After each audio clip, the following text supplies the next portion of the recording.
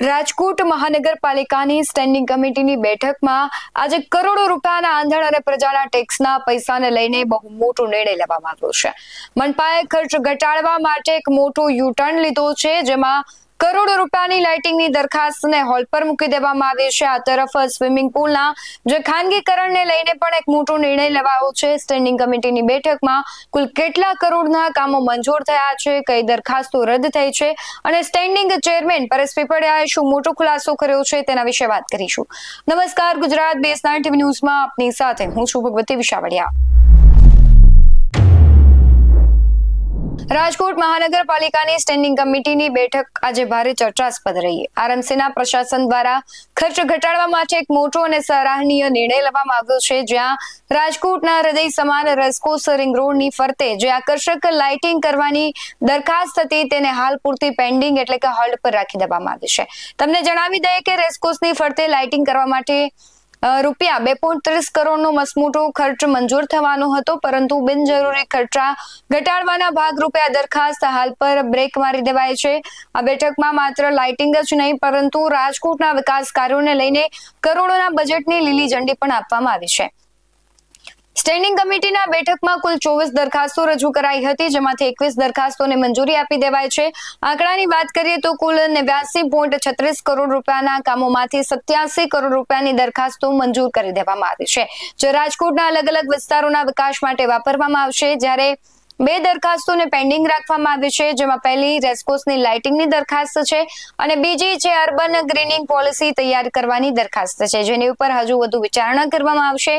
આ બેઠકનો સૌથી મોટો સપાટો સ્વિમિંગ પુલના સંચાલનને લઈને બોલાવવામાં આવ્યો છે, કારણ કે રાજકોટના કાલાવર રોડ, પેડક રોડ પર આવેલા સ્વિમિંગ પુલનું સંચાલન કોઈ ખાનગી એજન્સીને સોંપવાની મનપાની ગણતરી હતી, પરંતુ સ્ટેન્ડિંગ કમિટીએ જનહિતમાં ખાનગીકરણની દરખાસ્તને તદ્દન રદ કરી દીધી છે, જેથી સામાન્ય નાગરિકોને કોઈ આર્થિક ફટકો ન પડે.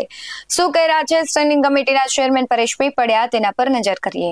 પરેશભાઈ, આજે સ્ટેન્ડિંગ કમિટીની બેઠક મળી, કેટલી દરખાસ્ત હતી અને કેટલી મંજૂરી આપવામાં આવી? આજની સ્ટેન્ડિંગ કમિટીની બેઠકમાં 24 દરખાસ્ત હતી, 2 પેન્ડિંગ રાખી છે, વધુ અભ્યાસ અર્થે અને 1 નામંજૂર કરી છે. પેન્ડિંગ કઈ રાખી? પેન્ડિંગ 9 નંબરની દરખાસ્ત હતી ગ્રીન અર્બન પોલિસીની, જેનું કાંઈ ડિટેલિંગ અમને પૂરું માહિતી અધિકારીઓ પાસે મળ્યું નહોતું, એટલે એમના માટે પેન્ડિંગ રાખી છે. અને બીજી એક છે 23 નંબરની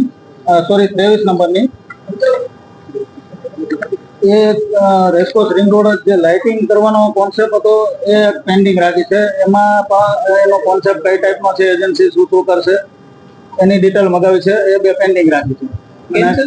નામંજૂર પેડક રોડ અને કલાવર રોડનું જીમનું જે સંચાલન છે, જીમ સંચાલન કરતી હતી, એમને ત્યાંથી રિવ્યુ થોડાક ત્યાંના સ્થાનિક કોર્પોરેટરોના ખરાબ આવ્યા અને સ્ટેન્ડિંગ કમિટીને એવું લાગે છે કે 6,30,000 રૂપિયા 2 જીમના સંચાલનના વાર્ષિક કોર્પોરેશન આપતા હતા, તો એમાં સ્ટેન્ડિંગને એવું લાગી રહ્યું છે ક્યાંક ને ક્યાંક કે તેમાં વધારે પૈસાનો ટૂંકમાં ફાયદો કોર્પોરેશનને થાય.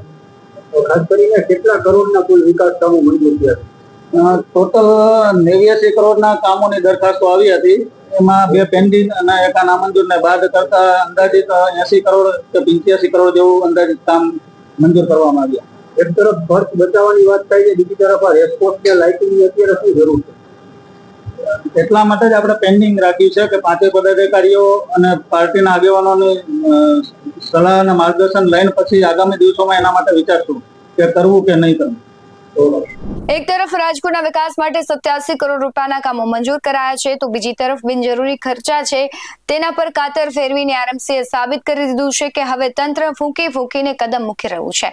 સ્વિમિંગ પુલનું ખાનગીકરણ રોકવાનો નિર્ણય પણ સામાન્ય જનતા માટે ખૂબ રાહત ભર્યો સાબિત થવાનો છે.